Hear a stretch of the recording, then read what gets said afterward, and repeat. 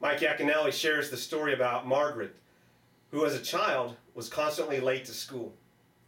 Her teacher tried to scold her, discipline her, give her detention, but nothing seemed to work. One day Margaret came in late one more time, and at this point the teacher was waiting. And when Margaret arrived, the teacher said, "Margaret, come up front." And she looked out at the class and said, "Class, I've tried to get Margaret to change. She won't listen to me. Maybe she'll listen to you."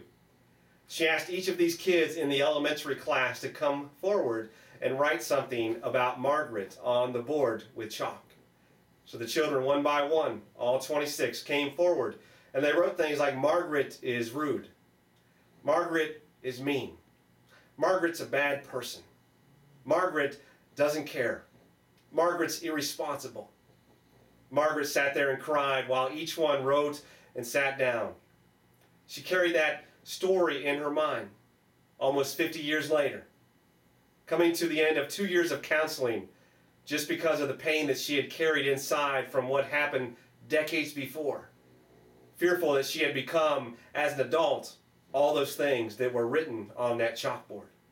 After 2 years, her counselor said, "I think it's time for you to move on, Margaret. I think that you're able to handle what happened. But just to be sure, I want you to relive the incident one more time." So Margaret closed her eyes, relived every moment, every statement, every smell, every fear, every tear. And when she finished, the counselor said, "You forgot one person." And Margaret said, "No, I didn't. I remember it very well." The counselor said, "No, you forgot one person."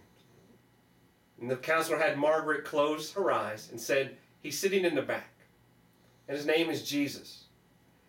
See him, Margaret? He's standing up, and he's walking to the chalkboard. And he's taking the eraser, and he's erasing all those things those children said. And now he's taking the chalk, Margaret, and he's writing something new on that chalkboard. He's writing that Margaret is loved. Margaret is beautiful. Margaret is special." And Margaret, at that point, began to cry different tears. Tears of release, tears of joy, tears of healing.